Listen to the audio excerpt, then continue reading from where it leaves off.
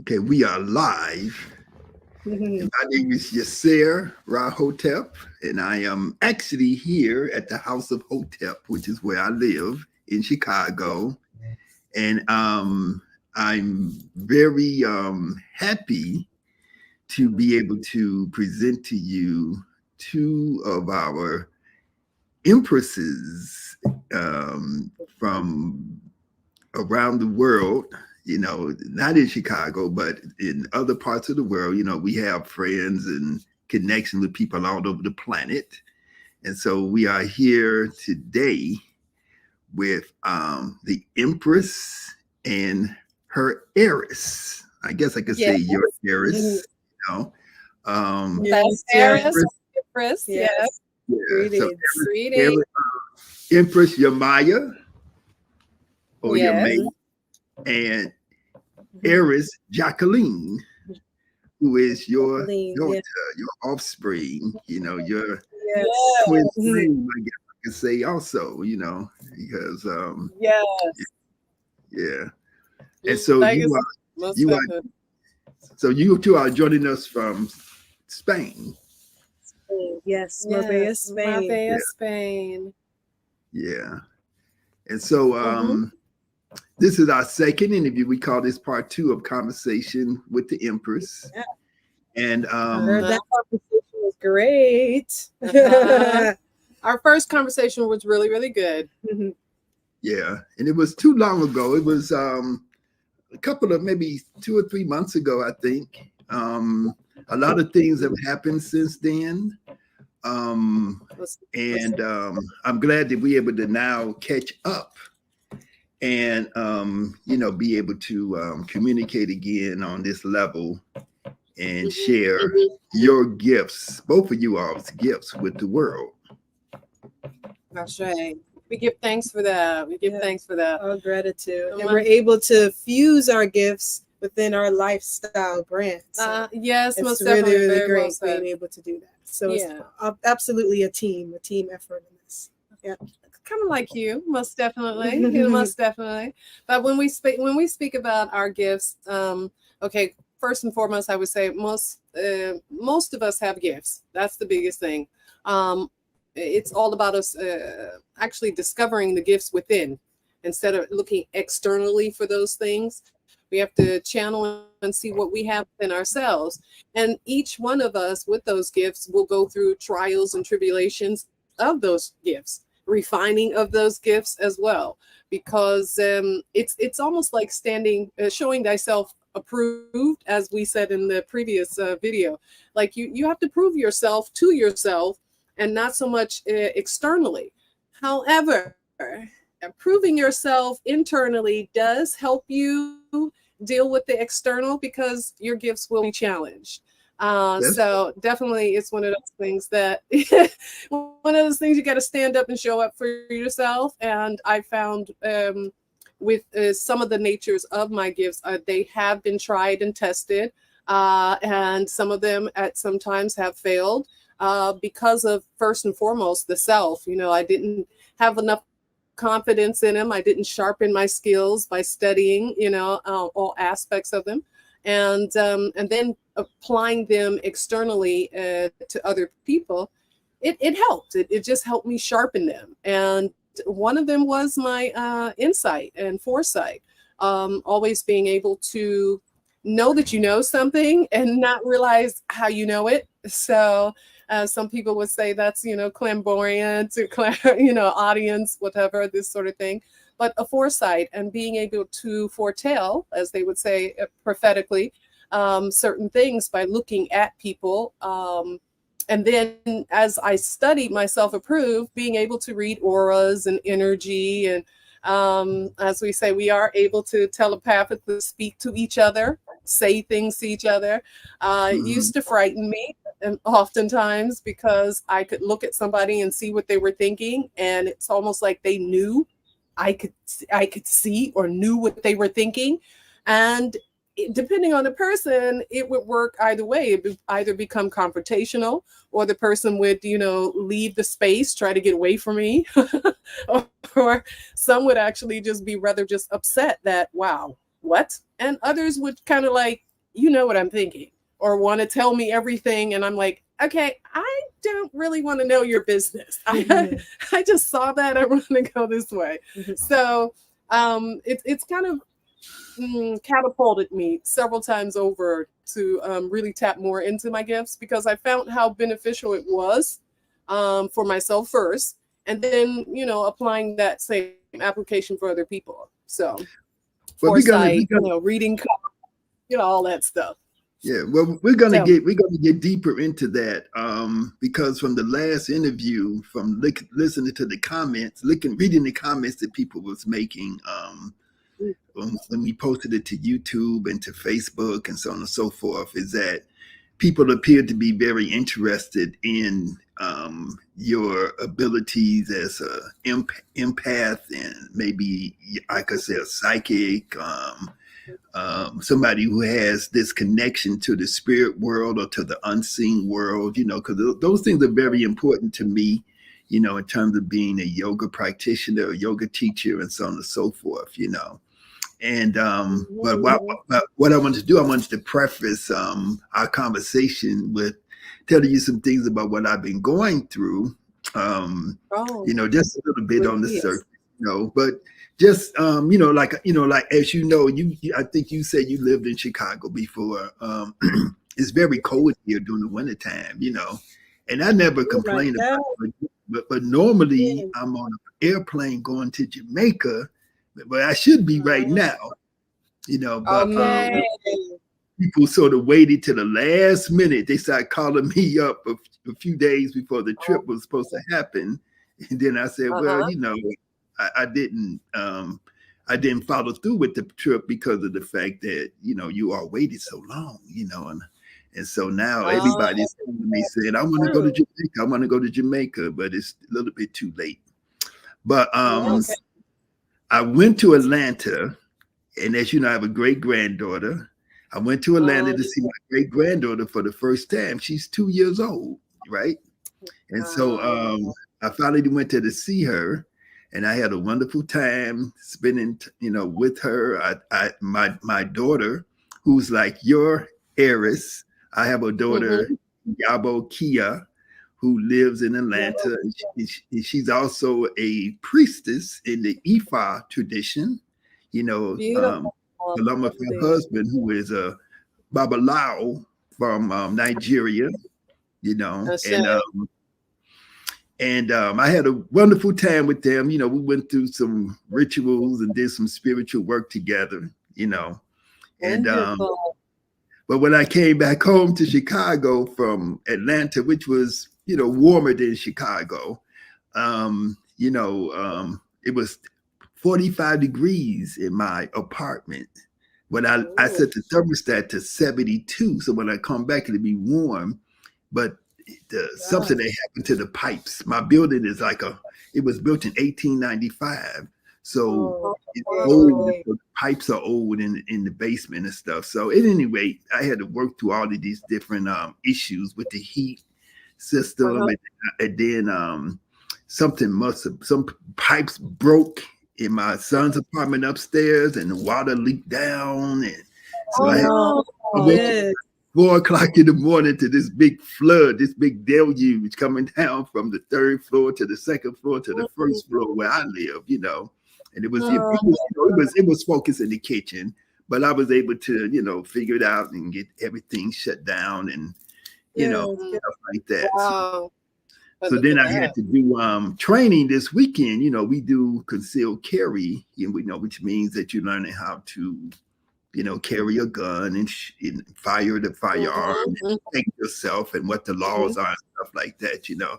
So I was doing that all weekend. So I was kind of tired, you know, but last night I drank my hot chocolate. I drink the hot chocolate that has the mushrooms in it. Like it has you know, the different what you call it, adaptins. You know, they have the different mushrooms. They have certain types of nutrients in it that make you calm you down and make you feel good. So I had a nice sleep last night, and I was able to wake up in time to you know, really have this conversation with you all, So I just wanted to preface our conversation with that, just let you know what was happening, because people think that, oh, you just live this, you don't have no problems, nothing ever happens, stuff like that, Mm-hmm.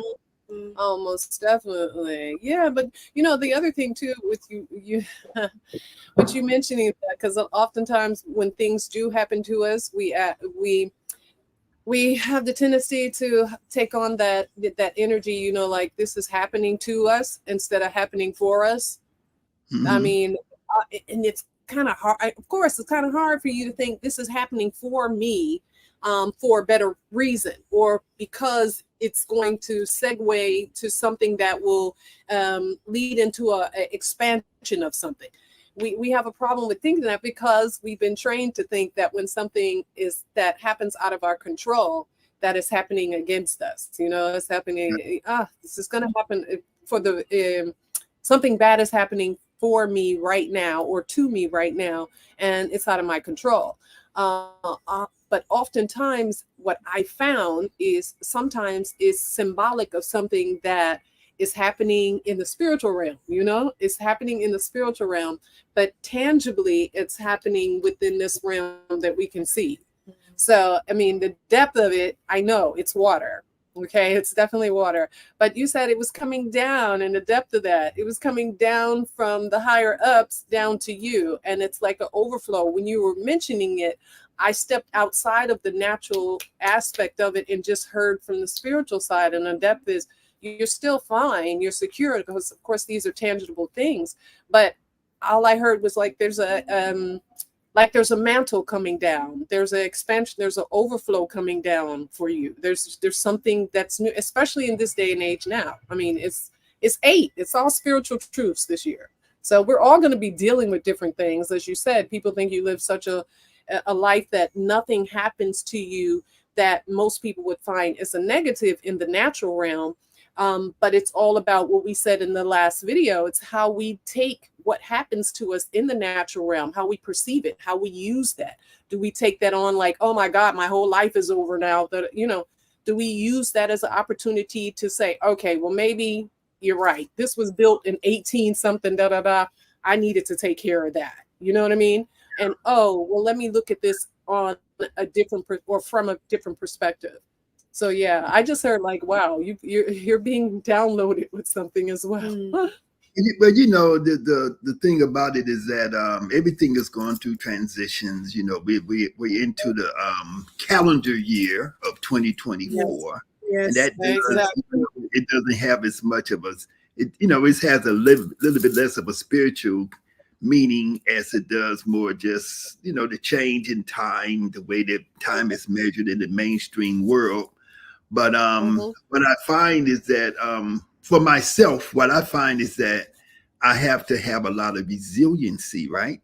Because my observation about my own self is that I have the ability to really overcome a lot of obstacles, to stay calm in the face of opposite, what may be, I ain't gonna call it opposite, I'm just gonna call it challenges, because everybody has challenges, and we as African people of African descent, Black people who have been, who have gone through our historical struggles,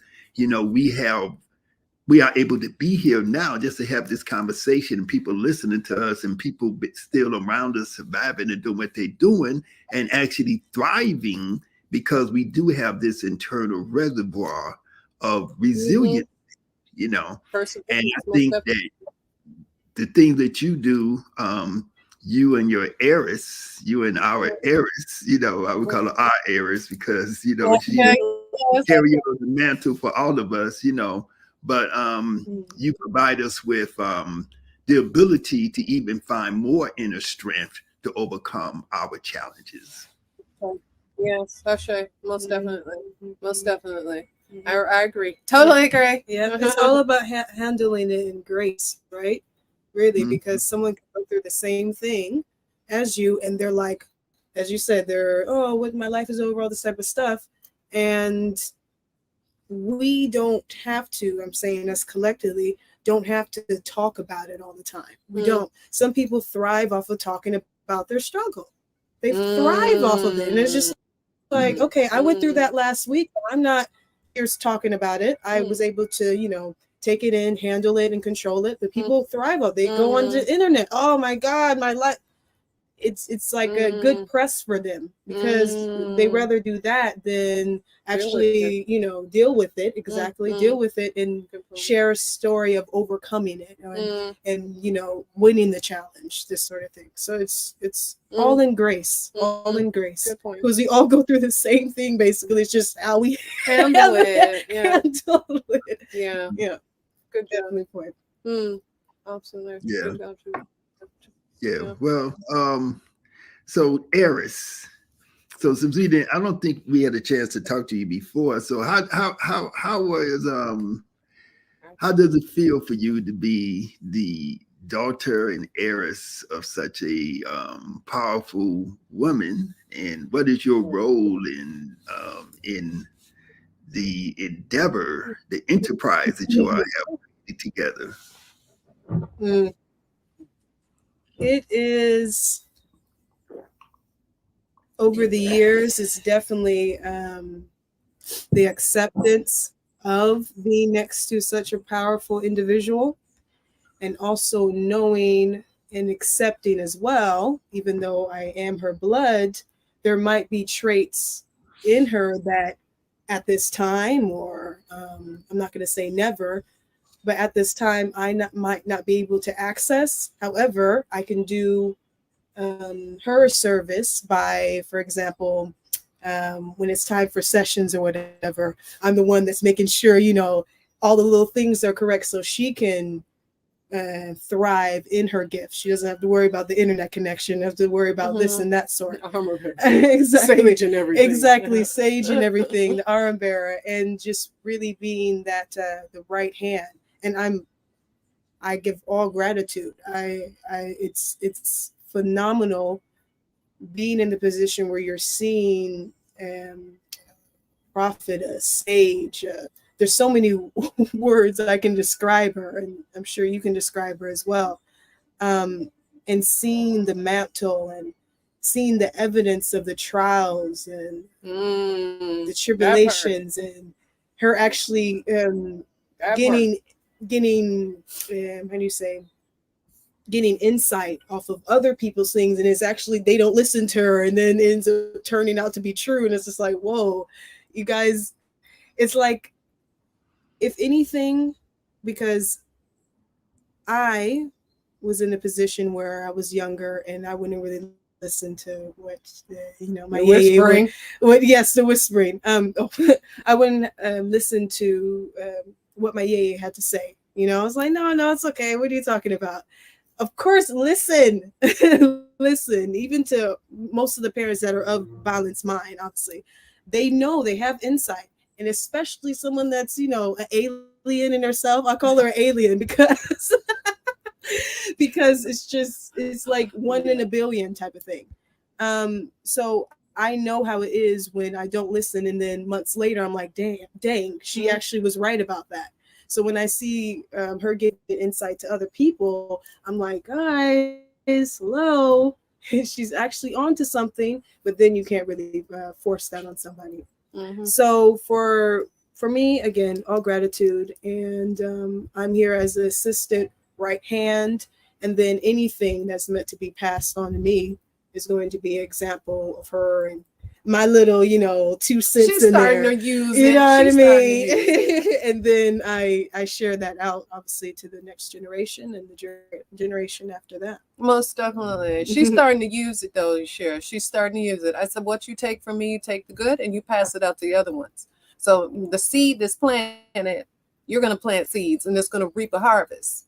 She's using it. So I love seeing her come back, and she'd be like, listen, yay. And I said, bah, bah, bah, bah, bah, bah, bah. And now look at what's happening. And I was like, that's right, baby. That's what she's doing. I always say that she's helping the harvest come forth. Exactly. And I'm having grown people coming to me and saying, or even coming up to, because we have a little corner over here. They're like, oh, thank you. thank you for raising this daughter of yours. She's so on it. They're grown. They're like double the size, double the age, or even 3 times the age, and they're like, wow. Yeah. Because I learned very early, no, I'm going to take all. But she had a lot of responsibility. Of exactly. I put a lot of responsibility on her plate, and I threw her in to the fields of that she said she wanted. Okay, I want to be my own boss. I want to, do this. I said it. So I threw her into the fields. Like, if people would say, "Oh, you threw her to the wolves." Well, okay, I threw her to the wolves, but the big wolf standing right there watching everybody. So let somebody get 2 sideways. Yes. I'm gonna slit their throats. But I need her to go out in there. She a lioness. Yes. Let's see what you can do, since you said you want that. Yes. So she's an answer, but I truly must say that she's been put out into the field on conversations. Grown, just put her out in the field. Hey, I'm not just gonna give it to you just because you're my blood and I birthed you. No, honey. No, you don't get that type of privilege. So she's had to work, and she's been through some stuff. That's the part that she don't really say too much, but she's been through some stuff, so it's good.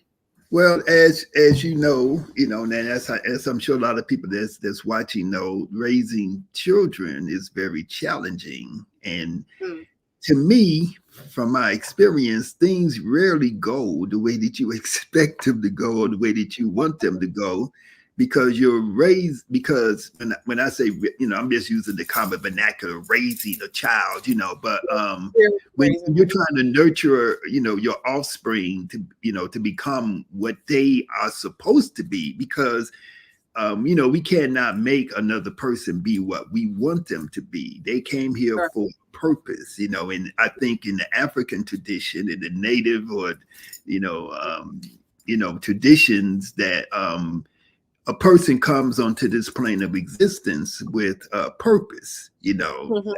Oftentimes people were here before, and they are returning, and so they have their own purpose of coming here.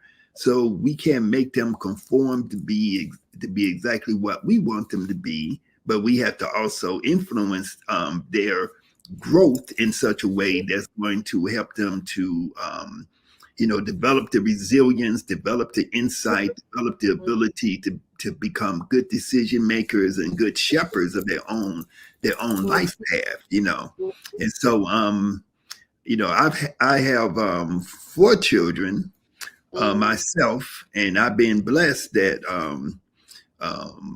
my daughter, who's Kia, she's I'm a Libra, she's a Libra, so she's sort of a reflection of me, and she has created her own path, but she's also built upon what what I try to give her, and then carry that on with her own self. And the same thing with my twin sons, a Jamo and a Johnny. Johnny is no longer with us on this plane, but both of my sons, and then Jamo is still here, help me with my business and and accomplishing my goals. But also they have taken their own path to do what they are, to do what they came here to do, what they were meant to do.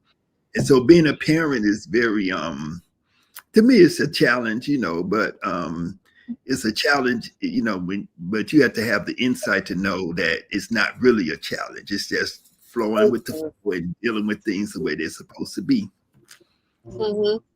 It's a growth process. I think it's a growth process. I believe that was a birthing for me to have children. It was another level of taking on the inner self that I had not known and wouldn't have known if I hadn't had children. It's just it's a different thing. It's a different type of thing, but most definitely.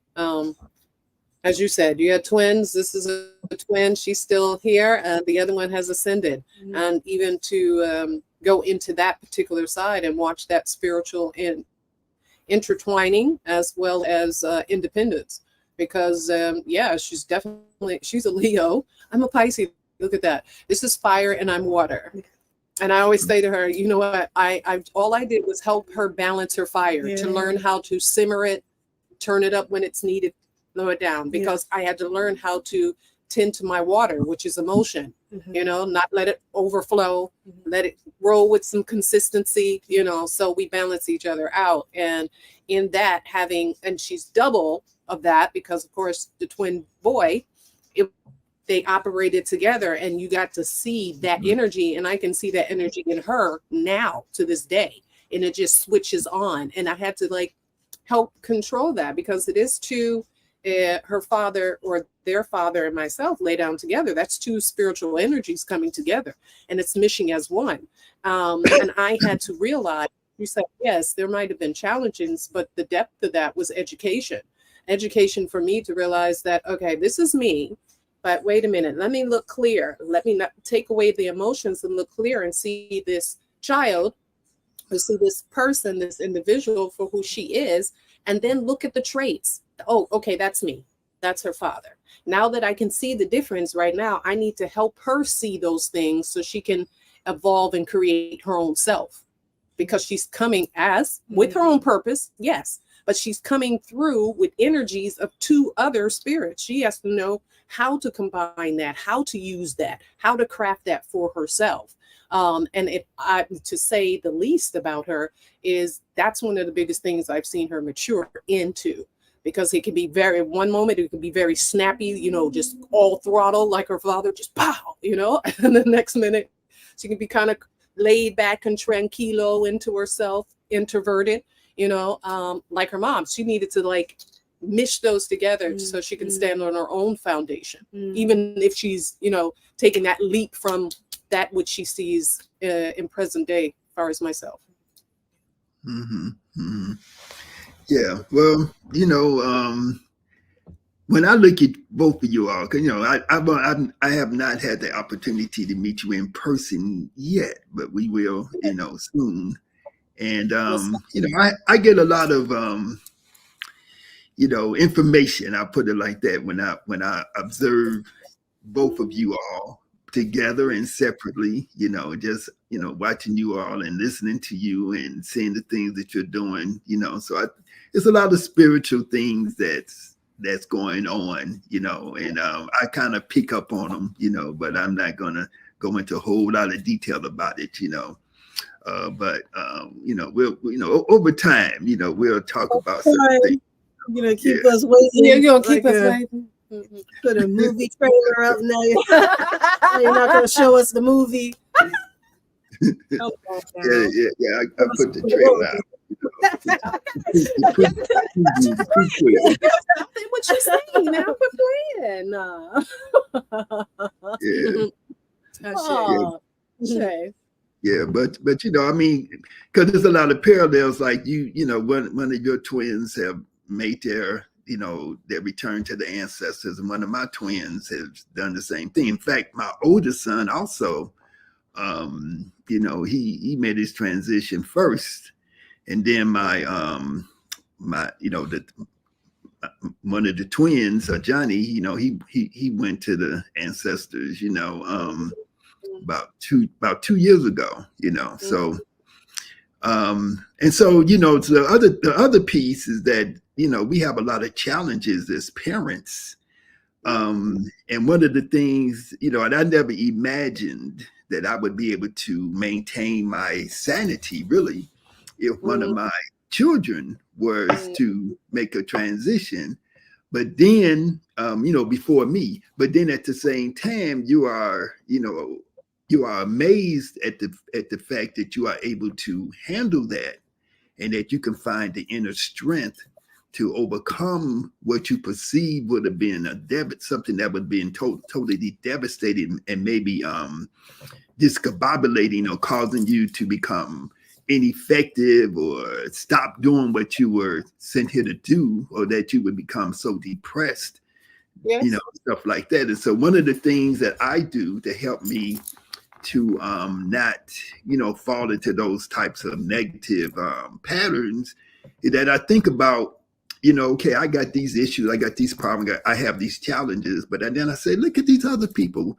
I was talking to a brother on Facebook, and you know, we were having interactions and stuff, and then I found that he's lost 3 of his children, you know, and it's like, then I see more and more people, and I find out, well, this person has lost a child, this person's lost a son, a daughter, this person lost 2 or 3 kids.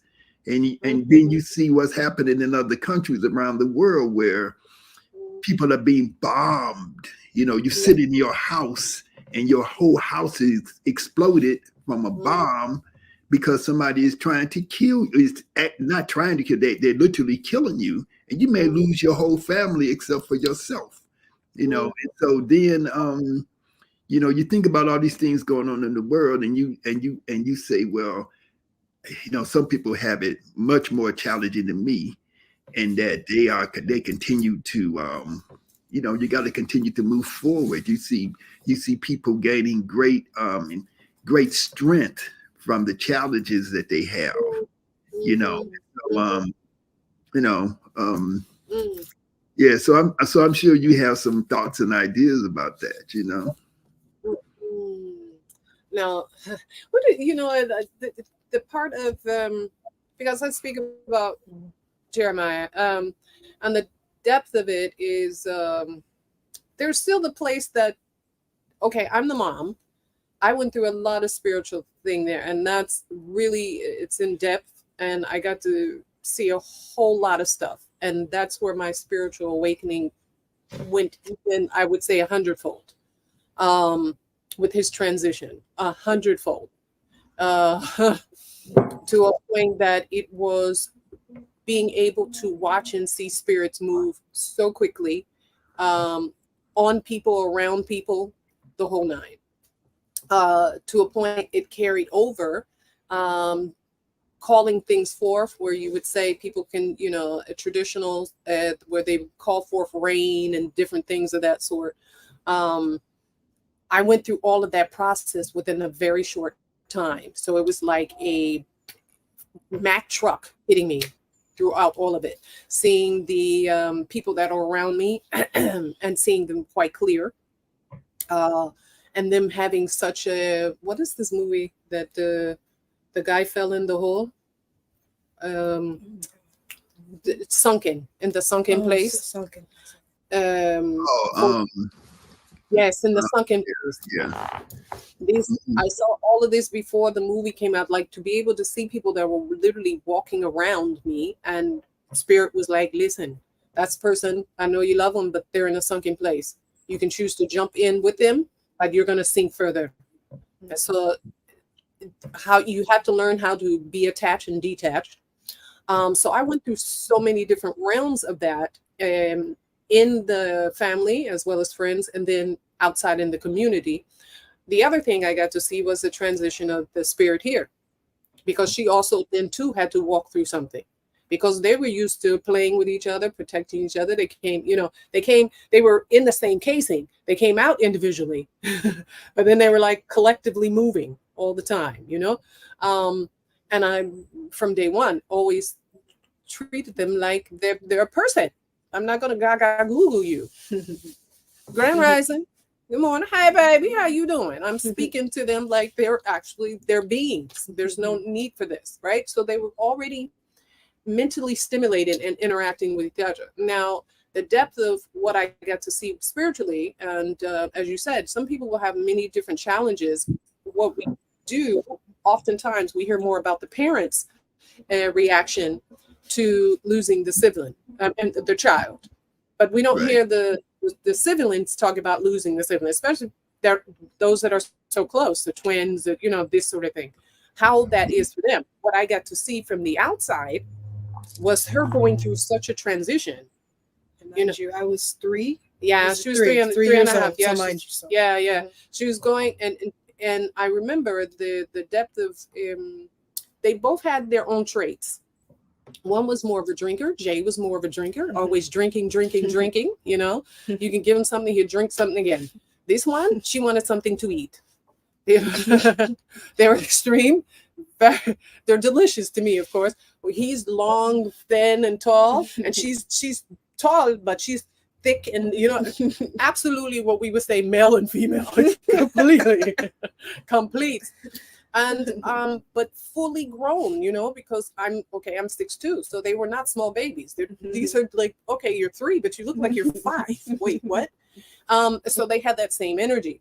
And the death, when he transcended, she went through a whole whirlwind because she wasn't physically near me at that time, and had to be brought to me. So to watch her change and evolve, and the biggest thing that would come out of her was the orating of the spirit.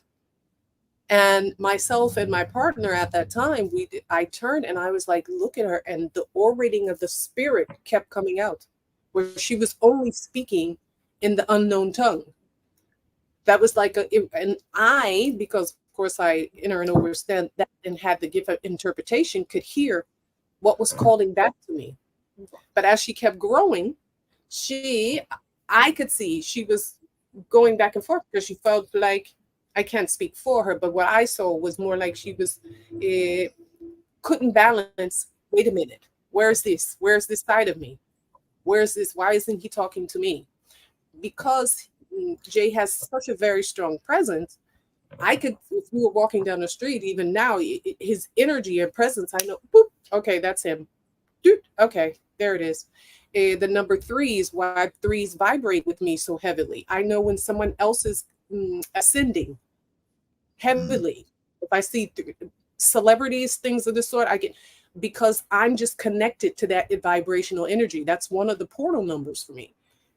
And she went through a stage, and that's the part that I believe she ought to like express to other people, because that's the biggest stage that people have to come through that are connected to it, you know, that brother, that sister, and how they move through that, you know, and get to a place where now they're operating in it fully, because she had both of them operating in her for such a long time, and it looked like she didn't have balance to me because it was extreme. She was like tugging on herself, like we do with ourselves. Mm-hmm. I believe we all do that with ourselves, and it's kind of it's a dual thing. You as an individual, me as an individual, we have male and female inside of us. That principle, that energy, that vibration. We have to learn how to balance it. So now you imagine your twin is the opposite of you, and one ascends. How do you deal with that? How did you deal with that? Because that's a big one. What age? All the way to now. All the way to now. Yeah, because you went through a big transition. When was the biggest one? Just so I can mark the year in my head, because you were observing me. Yeah, 13. Where you went through 13 from when we got here. 13 to 16. Yeah. 13 to 16. Yeah. So during that time, getting the balance in, the full balance in, I would say my majority of my teenage years, I was like really, really tomboyish. I was just like, video games, this sort of thing, not so much in my feminine energy or anything like that. And during that time as well, I was doing like a MMA training and doing like Muay Thai, kickboxing. She actually put me in that. So I was doing that for about 2 years, and I would say I got a balance from that. Sniper. She liked the good. Okay. I got a balance from that. In a way, I feel like it was definitely a necessity. It needed to happen, because it was like that energy needed to live a little bit, because it was, I would say, removed from this earthly realm at a young age. So in a way, it had to, live, express himself. So after, I would say maybe 21 or so, that's when the femininity started to come in a little bit more, and I was able to balance it, because of course I still like, watching certain fights or whatever, and doing some tomboy. Tomboy, and in a way, I believe I developed those skills also because I am feminine, but I feel comfortable enough I can defend myself. So it's very much the masculine is like the protector in me, and that feminine is, the one that, flourishes or whatever. And it's a good balance of them both. So yes, I would say teenage years, it was definitely a lot masculine. Then after the 21 stage, it started to fuse a little bit better. And it was equal. It was very much equal and aligned type of thing. So yes, she made it all sweet, and you're sure, honey. Horrible. let a man say something to her, she would buck up like, what? And I was like, oh my God, you're a girl. You are a girl. She didn't care. It was like she had a clicker, like click. You know, she would run for it. She wants to fight. All her friends were big men doing M&A. Yes, I mean, I get it. Okay, I had a lot of male friends too, but my God, yes, and the let energy, me just, male energy. Let me Through the roof. just edit a little bit more. I wasn't going out here like, you know, going into random fights or whatever. I would say with my training, I'm trusting you exactly. can relate to it. Yirser, with the training of certain martial art or whatever, it does discipline you. So you're not like, oh, I want to go freaking, I'm training to beat somebody up. No, it brings you to a state where you can actually control your emotions. So that's very much so.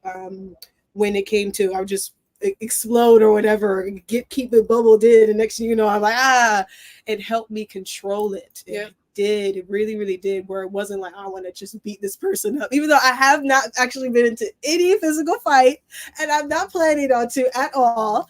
You know, all of them was sparring. It was just sparring. You know, it's different. You know. But yes, that really did help the control of the emotions. Seriously, that martial art, it really, yes. So that's my little comment on that. It goes to what you were saying, Yirser, why you use yoga, why we use yoga for certain things. That's why I put her in those activities. She needed to learn how to channel that energy, how to focus that energy, where it came out, and it helped her be more disciplined as an individual and use those energies when she needed to. So yes, the transition of the brother brought forth a certain element that was already in her, but came profoundly out because she wanted to express that connection. Now she has a balance with it, but don't get it twisted. Don't get it twisted. Like, I still not, you know, dislocate someone or beat somebody up with an elbow. I still know how to do all that. But you're smiling and shit. I know, because I observe a lot of stuff, and when when your mother, when I learned about your your martial arts interests, I sent you something, that I wanted you to know about that, to know that I recognize that in you, Now let me say this. So this is January 2024, November 2022. I have an older brother. I have one brother, and so I'm the younger brother, And so in November of 2022, my brother made his transition, right? And so we didn't hear from him. I live in Chicago. He lives in Gary, which is about 45 minutes from Chicago, Gary, Indiana. And so when we didn't hear from him, I said, I kind of knew that he was gone, So I said, let me drive up there and see what's happening there, because it was just like a day that we couldn't get in touch with him. So I went the next day, and I found him, deceased in his house, but I knew that my brother had guns, right? And I've never, I think I had a gun long time ago, but just a little tiny gun, and it disappeared some kind of way out of my house. I don't know who took it.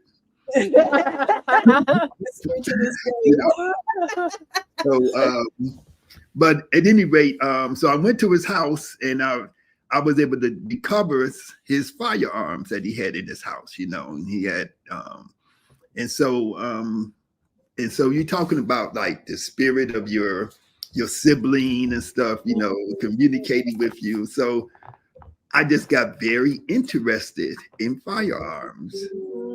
So I'm familiar with martial arts. I've done and do martial arts. And I consider the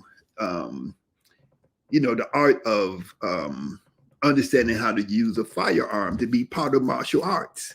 I think people perceive it as being like, oh, well, you got a gun, you're supposed to be peaceful. I'm not going around shooting people. I don't shoot animals, but I enjoy target shooting. I enjoy learning about different things. To me, it's just part of martial arts. And I've been doing martial arts since I was a teenager. So, but for some reason, I just got kind of very interested after my brother made his transition and I got his firearm. So I was able to, get my license to carry a gun in Illinois, which is state of Illinois where I live.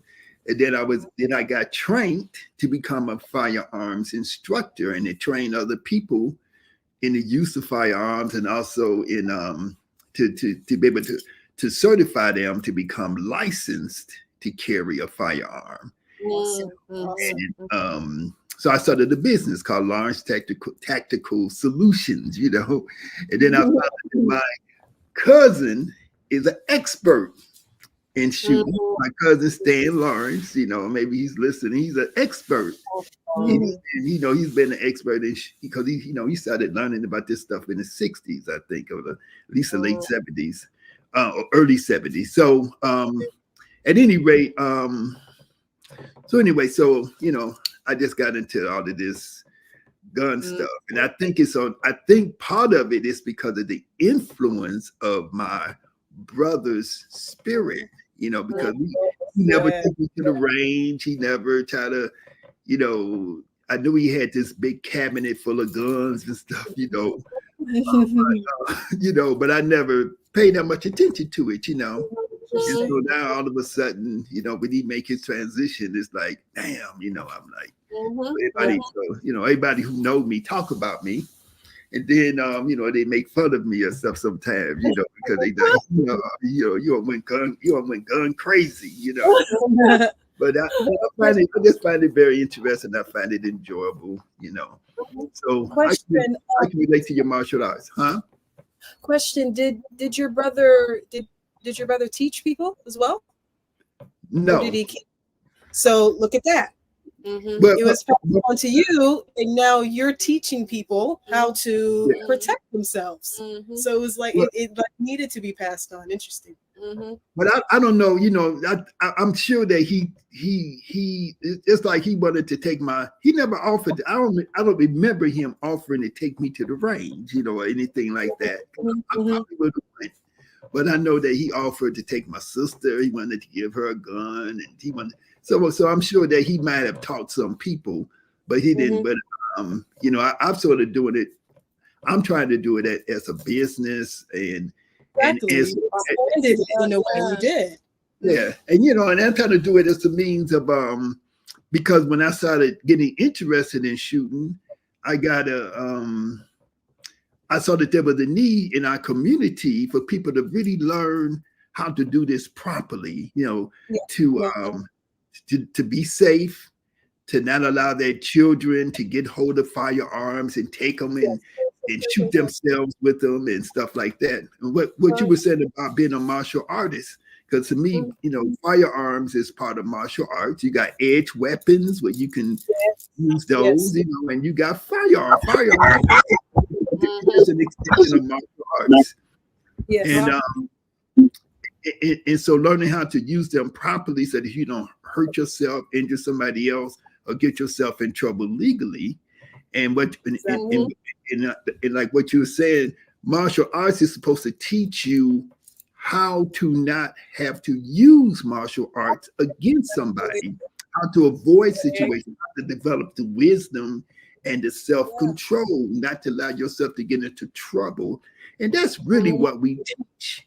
But we also teach in that last ditch situation where where it's life or death, that you're going to choose your life over somebody who's trying to take your life.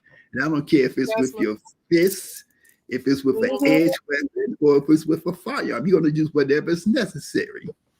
Exactly. Most definitely. That same type of principle in all day and age, and especially now, we need to also apply to our mental capacity. Our mental, where's your weapon? Where's your weapon of warfare there? How are you speaking to yourself? How are you speaking over your children? How are you speaking to your spouse? What narrative are you allowing yourself to tap into that is being spoken out amongst all of us?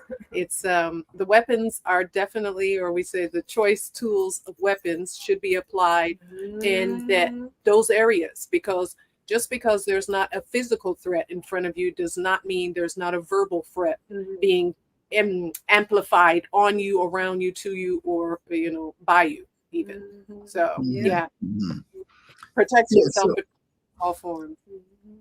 So so we've been talking for a while. How do people get in touch with you, Empress and Heiress? I'm gonna type it in.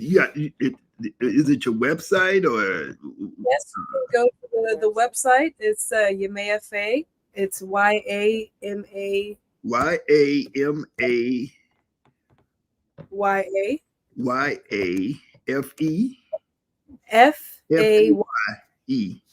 Yes.com. So it should say Yamaya Faye.com, and you also can reach us at Yamaya Faye for the Instagram and the social media. They should all pop up when you search in like the Google search. Also, we have our YouTube channel as well, which is we also did the very first interview that we did with Brother Seer. We did on there. So it's FGTV at Yamaya and JQ. And also, if you want the email, it's info@Yamaya Faye. I can send you all of that information too.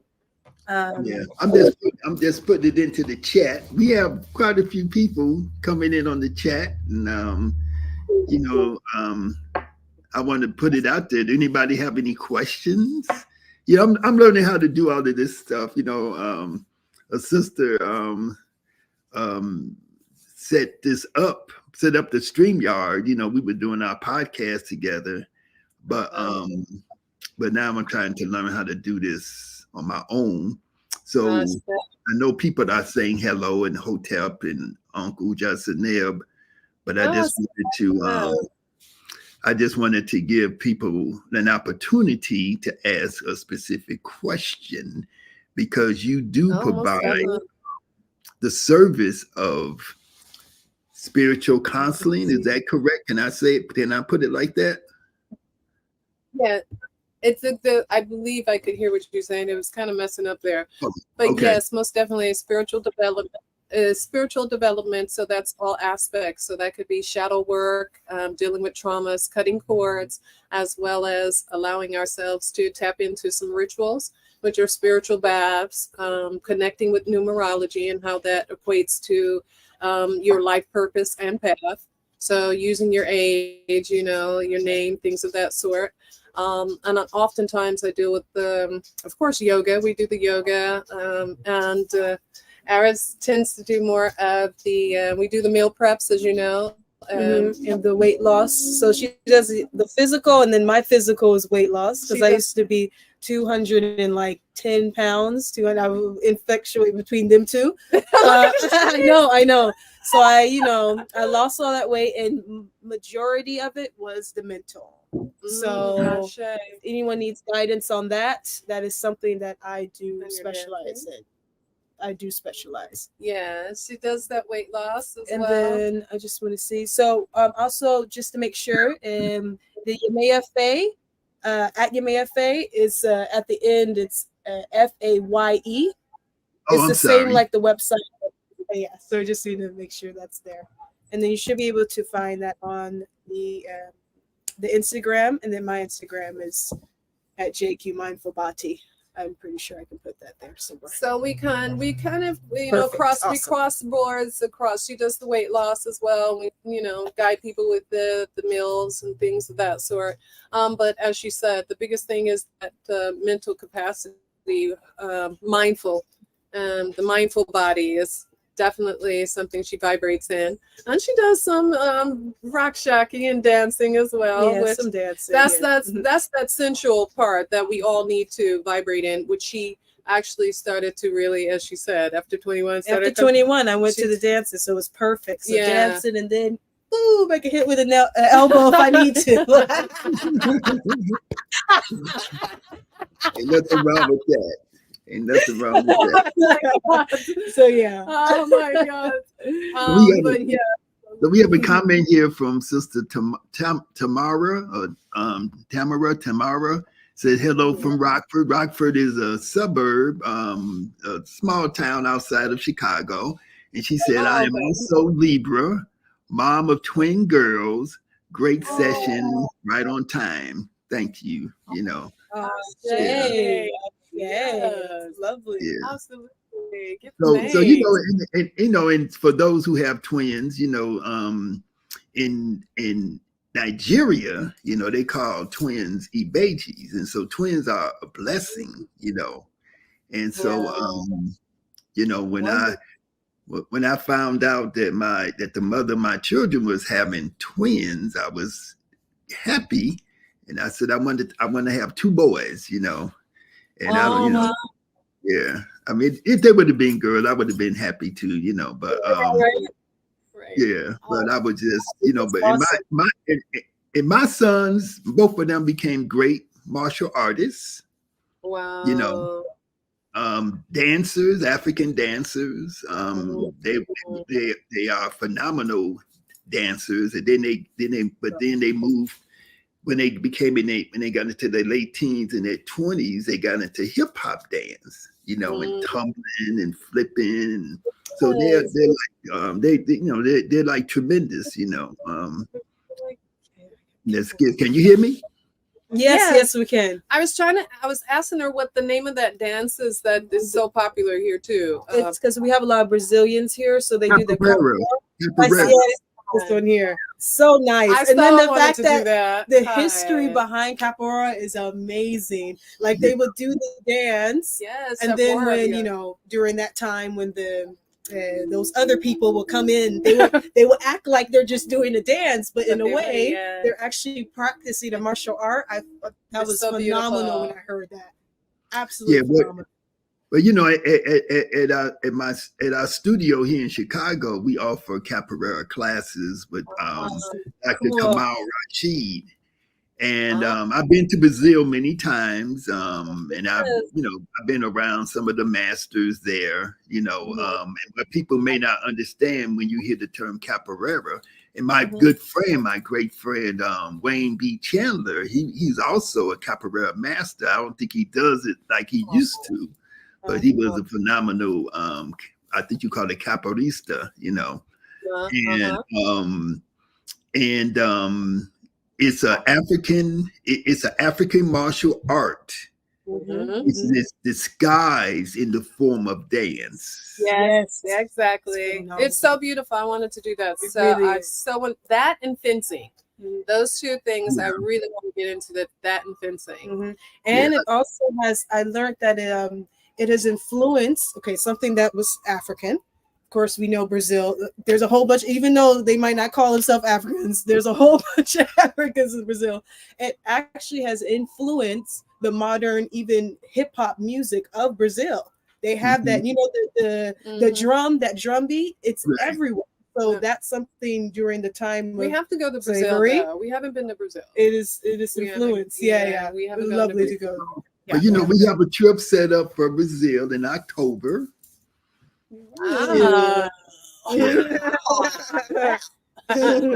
So Brazil is happening in October. Jamaica is happening in July, every July, and then again in January 2025. Egypt is happening in August, followed by Ghana right after Egypt. And so we go to Egypt, and then we fly from Egypt for those who want to, you know, go to Ghana. Lovely. Yes. You know, we leave from Egypt and we go to Ghana, and we experience two aspects of Africa. And we do that trip every summer, and then we repeat it in November/December, right? And then Brazil is happening in October, around the time, you know, I think it's right after my birthday, October 17th, you know. So and then Nigeria is taking place. Ooh, no, I haven't been to Nigeria either. Always had Nigeria all around me all my life. Yeah. Even out when you're just moving about, you know, homeless, going through, I mean, all the it's like divine would always send me a Nigerian, no matter where I was, saying queen. I mean, like just always, all around my life, all my life. And it's just like, okay, fine. I have to like really tap into what's going on there. Always have had it. Of course, I have the tattoo now that because I researched my name and did all my, you know, inner and understanding of what my name meant, and went back, and so I have the tattoos of the, you know, the Nigerian and Benin and just all my life. So I'm loving the Nigerian part of it.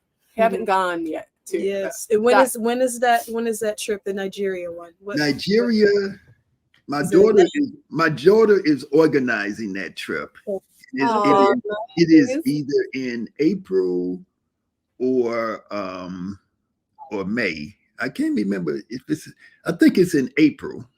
But if people go to the website, KemeticYogaSkills.com, and they can find a link there. And so the reason I'm mentioning these trips and these different events and activities is because, you know, we've been discussing the inevitability. I'm not going to say the possibility. I'm saying the inevitability of us working and, you know, co-sponsoring these trips and co-hosting these trips to give people, you know, an expanded experience of what they can get from me, what they can get from you.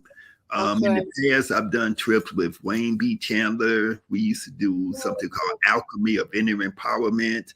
Dr. Sunyata Amin out of DC.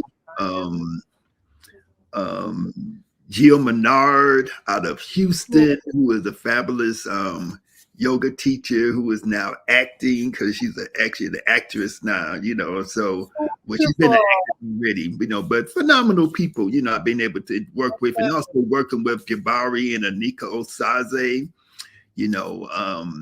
So, you know, I like collaboration. I like working with people. And also, I see my sister Nut or Michelle Mendez on the chat, and we're going to be going to Boston.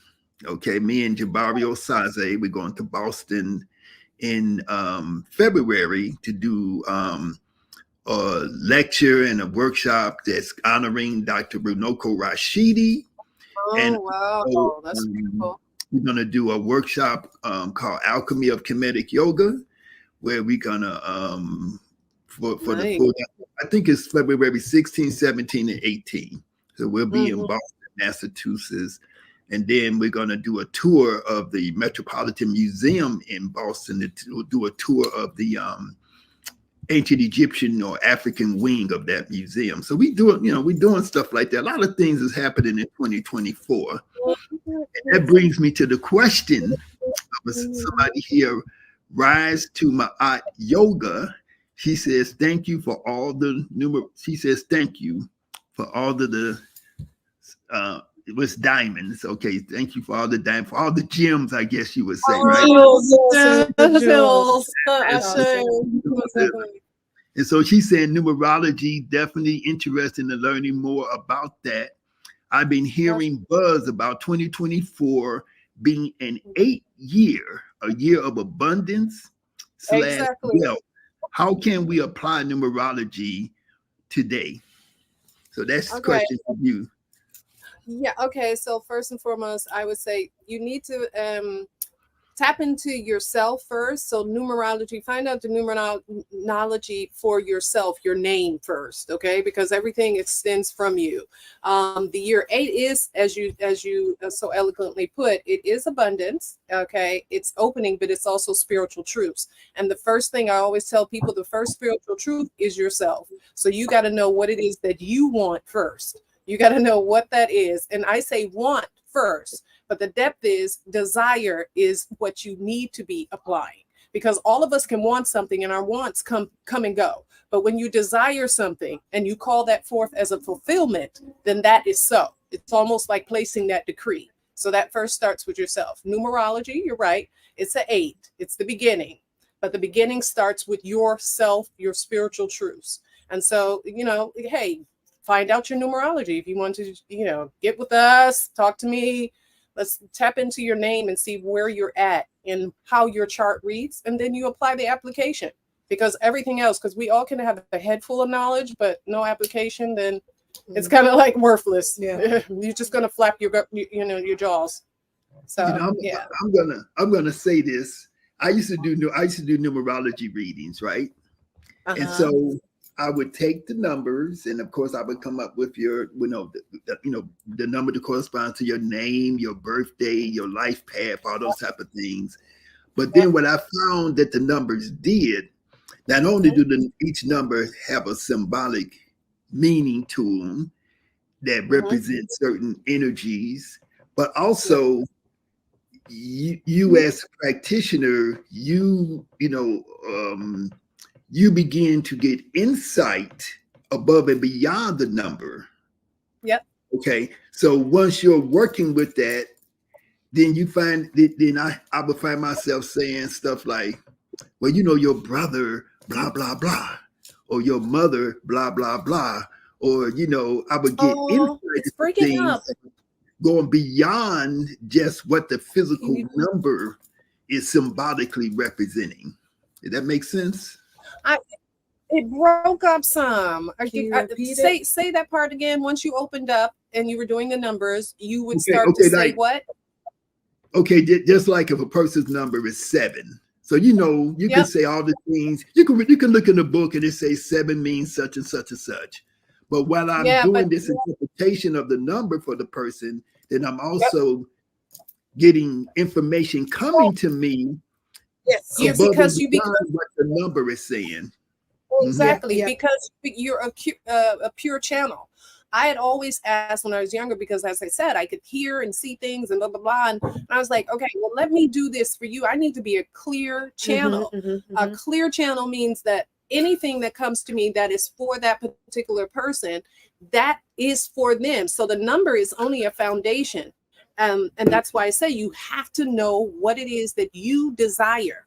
Okay, what it is that you find as a fulfillment. Finding out the number, that's one aspect of it. That's a foundation. The rest is you springing forth off of that. For me, clear channeling, that's why I do the sessions the way I do. And it's all what I would call in the fashion world, as I used to design, making a customized, couture dress. This is how I see my sessions with people. It is curtailed and customized toward that person, because we're all in the year 8, but not everybody's going to apply the same discipline. It's just what it is. Not everybody's going to experience the exact same thing. We all came into this world individually. So individually, you have to walk out your own course. So yes, most definitely, you get so much. You open up a wide range. And another reason why I ask people, okay, so we're going to do a session. Then, you're going to get with Heiress. She's going to tell you certain things that need to be done before we actually apply this application. We need to make sure there's a clearing. The houses, everything plays a role, because everything vibrates. We don't think that this pillow is vibrating, but this pillow is vibrating, beloved. It's condensed energy. That's why we can touch it. So these are all applications, and you're absolutely right. It's going to expand. So some people are not ready. They're thinking they're just going to get a clear cut. Okay, well, it's abundance. It's this. Yeah, baby, but what you going to do with that abundance? And by the way, we're going to talk about you. So you need to do X, Y, and Z to get that abundance. And abundance manifests in different ways. It's not necessarily all like money or material abundance. No. A person has to know what they want. What is, or better yet, what they desire. What is a fulfillment? Because they may say, oh, I need money. And they hear abundance and say, oh, yeah. Okay, it's abundance. But you may be getting abundance of wisdom that applies to something else, not money. So yeah, it's like that. Most definitely. Absolutely. I love it. Good question. Most definitely. Yeah. So I don't know, when I do these sessions, it's like I know I probably go longer than what is recommended, but I just like to, I don't like all of these. I'm kind of an anti-structure type of person, and so people sort of want to know how long and are we gonna do this, and but I like to flow, because But I know we can't go on forever and ever, and I'm sure you have to keep people wanting more. You got to keep them wanting more, or better come yet, to the next episode. As you said, as we said before, we get all the people on the live, and it opens it up, and so we're getting those questions even hammering out even more so within that platform and time. But I think I know we do good in our time and space. Okay, I know we do quite well in our time and space. We're impacting people regardless of. Yeah. Well, since we had the numerology question before we finish, can you just say a few things about astrology? And what is because a lot of people I have friends, they say, oh, astrology, your sign. There's a very commercial aspect to astrology, and that is maybe how people turned off from it. But then there's another aspect of astrology. Astrology and astronomy, right, was something that was developed by ancestors in ancient Kemet. I don't have it here, but I used to have it sitting up. I used to have the zodiac of Dendera, which is from the temple in Kemet. I used to have an image of that behind me, but I took it down because I was doing some other stuff. But I got one too. I got one. But nice. So say something. Let's say something. Let's sort of give us a nutshell of explanation of astrology and how astrology works. Okay, so now the depth of that, I love how you said most of it is commercial. I mean, like everything in life, everything that is put out into the material realm, it's going to get some form of commercialism. Astrology, what I found is one of those things that there is always a foundation, a premise of, let's say, the Libra, the Virgo, whatever sign you are. There is a foundation archetype, a trait. There are certain traits that are similar. The depth is, as we spoke earlier, it's how these people deal with their own archetype, like their own zodiac sign. So yes, you can meet most Geminis and they'll have dual sides. You know what I mean? Two faces, and they'll be going back and forth, back and forth. But not all Geminis are going to be, let's say, so split in their decisions. Some are going to be more balanced because it's based on that person dealing with their own issues or whatever it was that they've, life's trials, tribulations, or, processes. So when it comes to astrology, I believe, in dealing with a lot of people, that oftentimes you do have to look at the person first, the person that's in front of you, and take time to really set your own judgmental, prejudging, this sort of thing to the side and see the person first. See their traits first. It's kind of like what I tell other people, as well as my daughter. I've always said, you have to discern the spirit. So astrology to me is very much like discerning the spirit.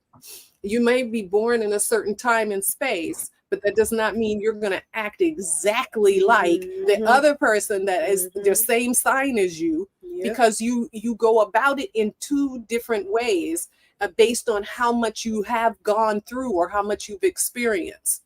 So yes, oftentimes we will look at that and go, oh my God, they're so alike. Well, there are going to be similarities. I'm a Piscean. Most people will say, oh my God, Pisces, they're crying all the time. I went through a phase of that. I don't cry like that. A mature Pisces doesn't do that. But a mature Pisces is still that aspect of, oh my God, we can be quite mystical.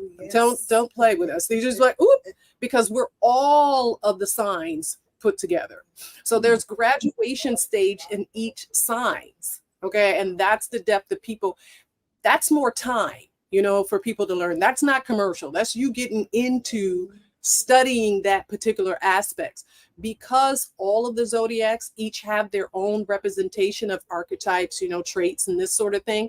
You go through all of them, and then you can go across each one and say, okay, well, who's directly across from me? That would be a Virgo, but that's more earth energy and I'm more water. It's one of those things that you really do have to, if that's what you want to know about, that's something that you have to tap in by discerning the spirit, which also equates to that person's characteristics. Because yes, overall, Libras are all going to have a certain energy that's similar. But are they going to go about it exactly the same way? Not all the time. So you can't box someone in. You know what I mean? It's still an energy. And we put out that energy based on what we've gone through and how we've gone through it. How we've gone through it. Okay? So most definitely, it's one of those specifically custom made just for you. Yes. But let me just add this, or just say this in conjunction with what you're saying, is that when I look at, I could see astrology in almost everything that we do, right? So we have from a Kemetic, I'm a but I guess my orientation is Kemetic. I have a Kemetic orientation because I kind of look through I sort of look at the world through the lens of Kemet, right?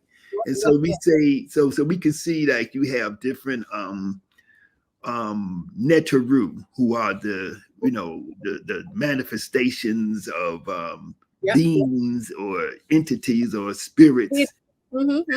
And but we can see that they all vibrate to a particular color. They vibrate to a particular day of the week. They vibrate to a particular season. They vibrate to a particular planet or star system, and so on and so forth. So we can see these connections between the the celestial reality and how it manifests on the physical plane of the earth, And so when we view the world from a very materialistic perspective, we say, well, what's the connection between this star way up there and how I feel and how I'm acting and and so on and so forth, But if you don't understand things from a energetic perspective and from a spiritual perspective, then we're not going to see how they can be connected, right? Because we've been influenced so much by what we call Western materialism, and Western materialism, Western scientific thought has something called quantum physics, right?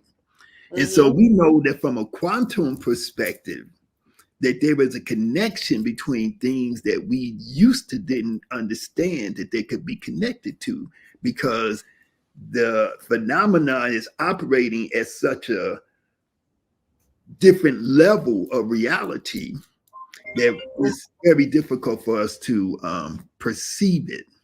So we have the energy coming from different planets. We have an energy coming from different star systems and so on and so forth, and different sections of the of the sky, of the celestial reality. But if we only want to observe those things or think of those things from a materialistic perspective, we're going to say, oh, that's not possible.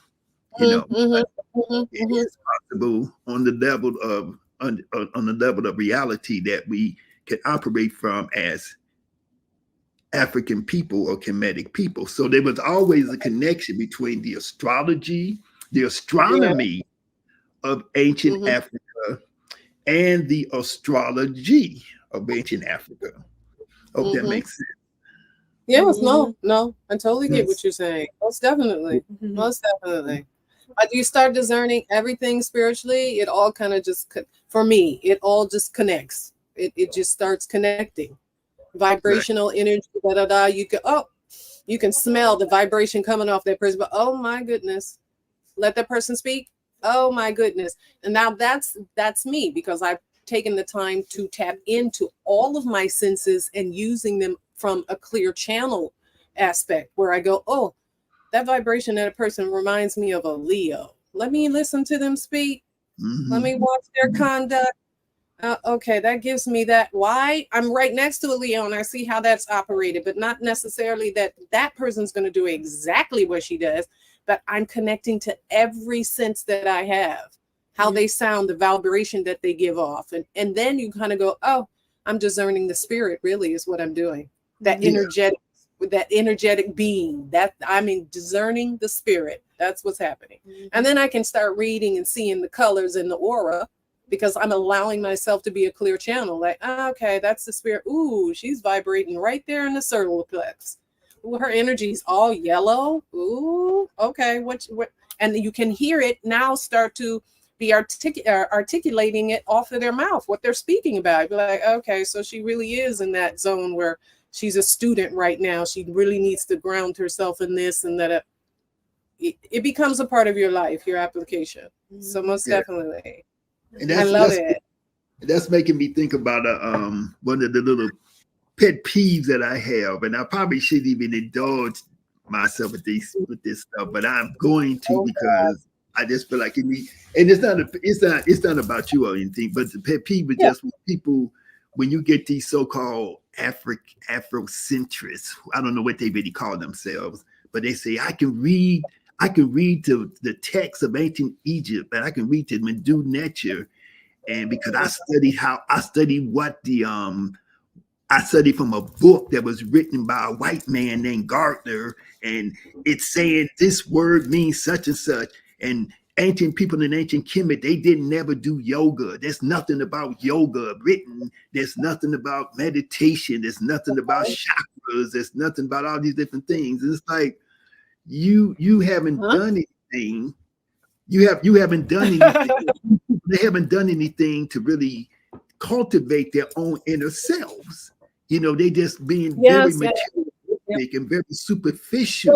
And then they're going to say that they know something because they look at some symbols, and then they're not looking at they're only looking at they're not looking at the esoteric meaning of these symbols, and they're not opening themselves up to new ways of learning and perceiving and knowing reality that goes beyond just the mundane physical literal limitation. Yep, most definitely. Most definitely. I can tell. So I think our work is around how do we help people to cultivate those inner aspects of themselves and stop being under the influence of the Western materialistic perspective of reality. I think that's our work. Yes, I help them tap into source, which is the self first. Yes. Yeah. Help them tap into source, the self first. And usually that's going to be like the gardener, tending to the garden. You got to do some, digging up, some tooling, this sort of thing, and then replant new seeds. Right. Yeah. Yeah, and gaining insight from your intuition and your gaining information and knowledge from your intuition and from your psychic, what we call psychic abilities, what the Western world call ESP, extrasensory perception. There's nothing wrong with that. That is what our ancestors did. They were both physical scientists, and they were also metaphysicians. They were both physics. They understood physics, and they also understood spirituality. They wasn't just one or the other. They were both. Exactly. That's why they were able to do the things that they've done. And they tried and tested it, as I spoke about earlier with myself. I had to go through, try and test these things, and most people are too afraid to try and test it, or standing out by yourself, being what we call suspended in midair, but you're touching the ground. Yeah, these are the applications that one must definitely tap into if we're talking about them tapping into their inner source, because you are the source. All of us are this. We're the source, the divine source, and the clearer we are with that, the more receptive we are to all of the ambiance and all of the synchronicities of time, space, color, this in and out, overstanding. We start to vibrate even higher. It doesn't matter about the tangible things. We know they hold a vibration. These colors that we have on right now, the jewelry, all this, it holds a vibration, but the vibration even rings louder because it's sitting on a divine being. It's being represented by a divine being. But let's see what you just said. You talked about jewelry, for example, and all the time I don't like, I don't wear a lot of jewelry all the time, but sometimes I wear jewelry, and then you see how in Africa in general, and how in Kemet in particular, you see all the different jewelry people wore, the different types of metals, different types of stones, and so on and so forth. All of these things was done not just to say, I'm the king. I got this. Exactly. You know, it's done because these different metals, these different gemstones, they all carry a vibrational frequency that has an effect upon the bioenergetic body. Right? Yes, most definitely. And so they're doing these things not just, you know, not just to say I'm materialistic. They're doing these things for other reasons, you know. They goes beyond just the physical. Well, most definitely.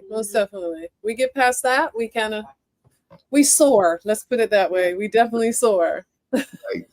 And you know, it is interesting, you know, just watching you two and just seeing what you're wearing. And, I mean, you all are like a team. You're like twins yourselves, you know.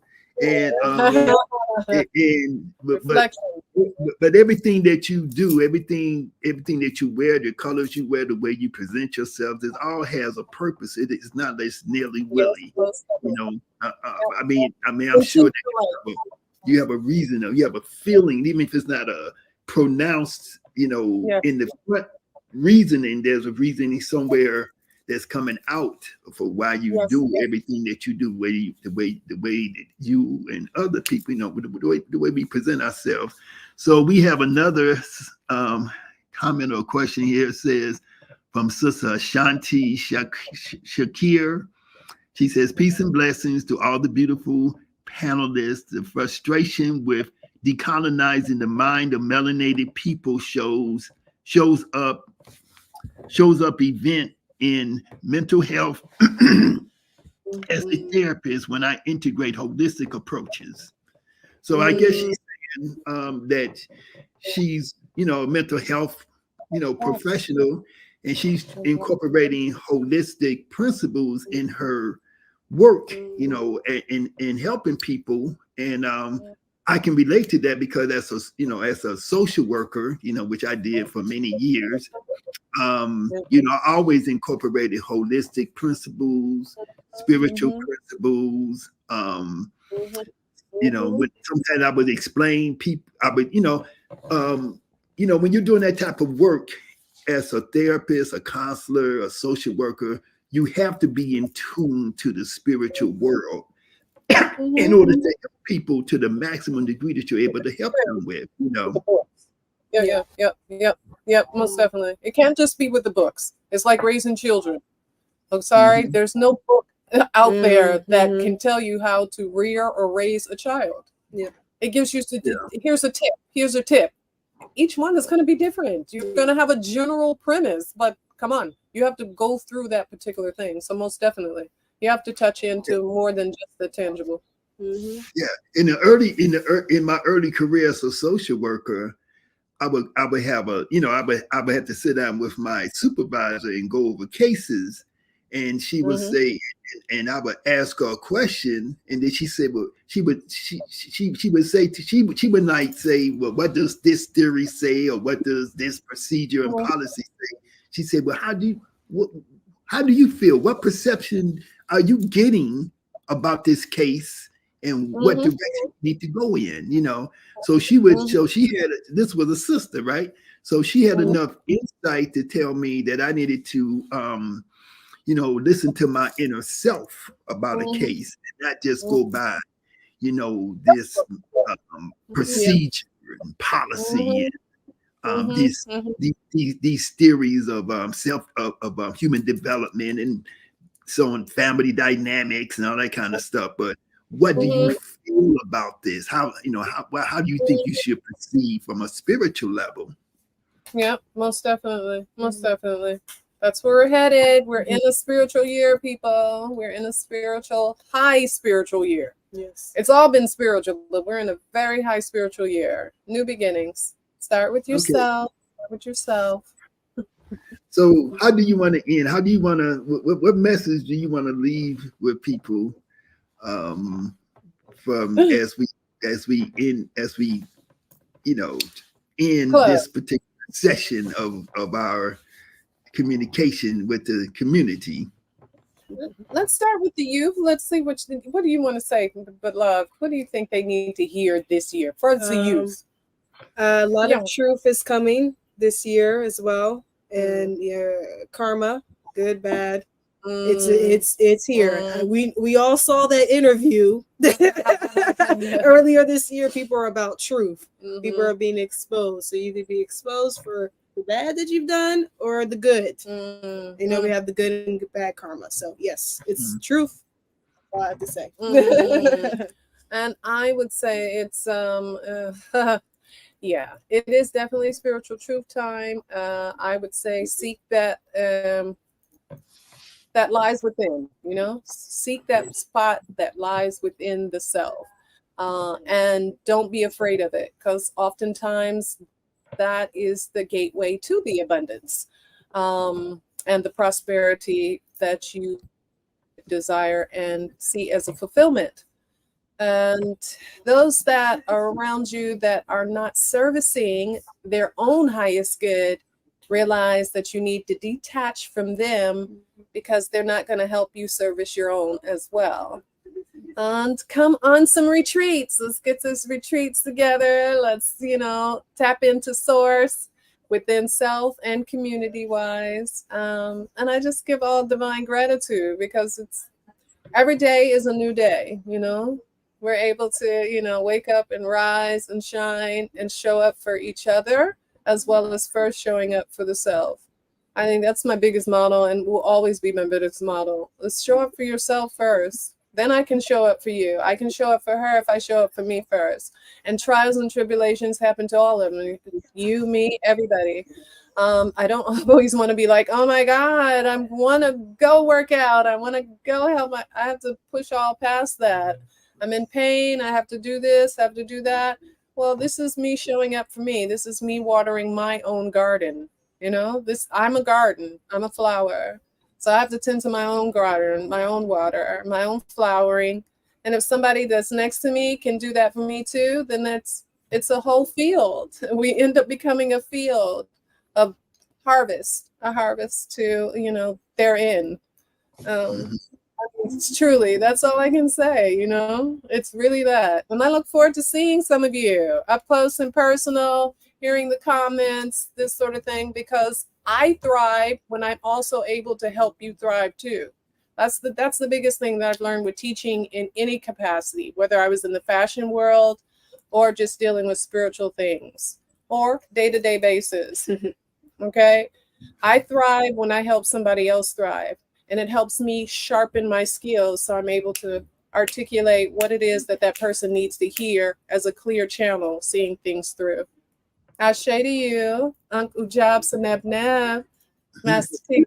Thank you. And you know, I encourage everybody who's watching and listening to get in contact with Sister Yamaya Faye and Heiress, Jacqueline, and take advantage of the things they have to offer, and also be looking out for our collaborations that we're going to be doing in the future, because 2024 is here, but we got to look at 2025, 2026, 2027, because these things go in cycles of more than just a year, a calendar year. What you call it?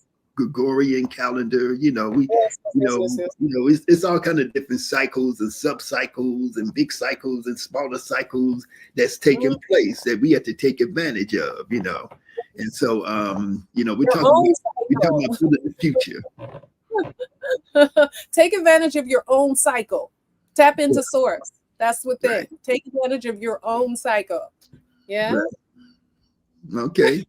Yeah. So I encourage people to you know, continue on with your quest for health and wellness. Putting the right things into your body, the right things into your mind. Don't be distracted by all the different stuff that people is talking about. That's supposed to be the latest gossip and stuff like that. You know, you have to be focused on yourself and be consistent, you know, and you have to also work in your own best interest. Don't fall for the okie doke, you know, and stuff like that. And you can't everything is not going to be perfect. You know, everything that you're looking for, that you want to see happen in this, you know, in this reality that we live in, it's not going to always be perfect. There's going to always be struggle involved with it. We all struggle. We all fight, you know, because we all have obstacles that are intentionally being put in front of us, but we also have obstacles that we create for ourselves. That's the biggest one right there. We got to fight through, you know, and so we have to do our meditation, we have to do our yoga, so that we can gain insight into what is that we need to do to better ourselves and to not be an enemy to the self. Shadow work. I'm gonna throw that in there too. Shadow work, all that. Yeah. So I appreciate my sisters, you know, coming on and blessing me with this opportunity to talk to you and to present, you know, your presence to our audience. And until next time, you know, I bid you adieu. Hotep. Uja Seneb. Neb. All right. Thank you very much. Thank you. All right. Ciao, ciao. And the sun is beaming now. Yeah, it's coming too. You all are the sun. Oh, divine reflection. Ashe. I'm gonna take a taste. Okay, yeah. Oh, I don't have no freaking. Yes. All right. Peace. Peace, sweet. Ciao.